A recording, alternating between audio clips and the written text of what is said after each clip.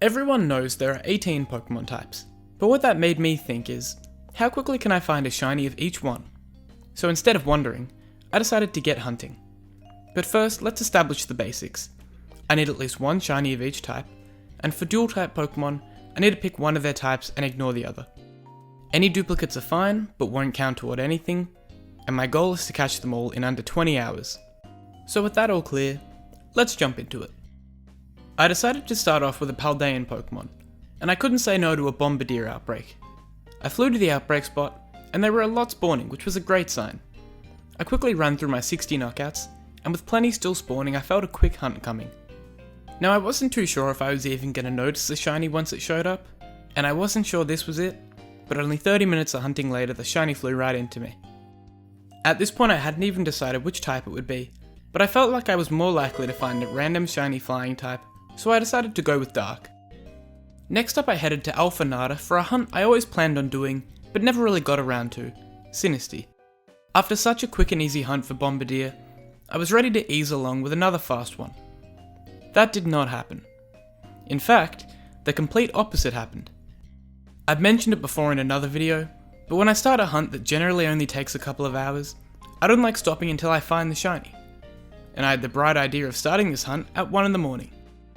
But stubborn old Sinistea didn't want to shine, so there I was, sat at my desk playing Pokemon at 6:30 in the morning. I didn't even want to know how many day-night cycles I went through during this hunt, but finally after 6 hours, despite the paranoia of missing the shiny, there it was, taking up the ghost type slot and letting me finally get some sleep. But you betcha we were straight back at it the next day, and thankfully, with a lot more luck. My first hunt of the day was for Cryogonal, which I think is a cool Pokemon with a cool shiny. And what's even cooler than both of those things, is it only took 5 minutes of hunting after the knockouts to find the shiny, and only 15 minutes in total. Finism was my next hunt, because for some reason I hadn't hunted it yet. I mean, look at it. How can't you love it? Now when I said before that my luck was back, I meant it, with shiny Finism showing up after only 20 minutes. Next up on my list is Ampharos, and this one I'm really not sure why I've never hunted it. Not only is it one of my favourite Pokemon, but the shiny is top tier. And it didn't take me long to find out what it looked like in game, because after just 40 minutes, my pink Ampharos was there, and you know I had to catch him in my only Dream Ball. Now this next hunt needs a little bit of explaining. I've always been a big fan of Noibat's shiny. I mean, who isn't? Noivern's is cool too, I guess, just not as cool. I had an outbreak for each of them on the map in very close proximity, but I opted for the Noibat outbreak because I wanted one that I could keep as just a Noibat. But on my way to the outbreak, this happened.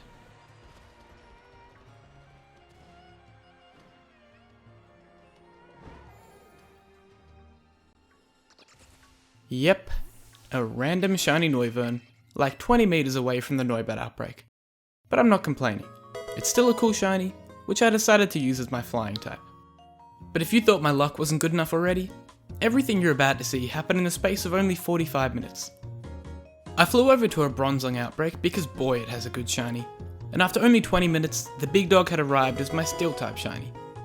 Then I decided to switch the snow for the desert, and started knocking out some Bramblin. I thought this was going to be a hard shiny to spot, and I wasn't wrong. But just 20 minutes later, just look at those reflexes. A shiny Bramblin as my grass type shiny.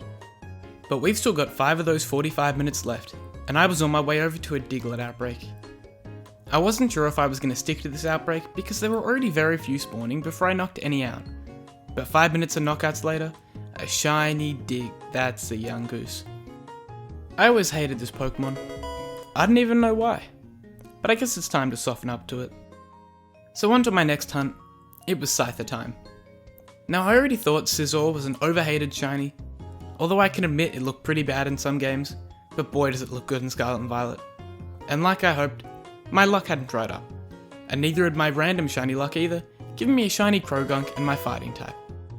And only 10 minutes after that, I decided to showcase what pure determination looks like. Now if we pause right about now, that is a shiny Scyther in the background. But as you can see, I'm sliding down this cliff and very scared it's going to despawn or escape me somehow. But here's where the determination kicks in. I mean, can we get an action replay on that please? That is a man who wants himself a very shiny Scizor, and my bug type shiny. Donphan was next up to hunt, And at this point my luck was getting pretty stupid. But no surprises here, not even 15 minutes in total, and there she was, staring right at me. It's getting pretty ridiculous how fast I'm finding these. So after that I set out on a hunt for Dratini, and my luck had finally dried up. It was time for me to lock in and grind until I couldn't any 8 minutes. 8. Like 480 seconds. That's literally all it took. And I'm not complaining. But honestly, I think I got rid of some bad juju or something with that Sinistea hunt. Because as I established, that hunt alone took over 6 hours. Compare that to every other shiny I had found so far, taking over just 3 in total. But it was time for things to go back to normal. And I mean it this time.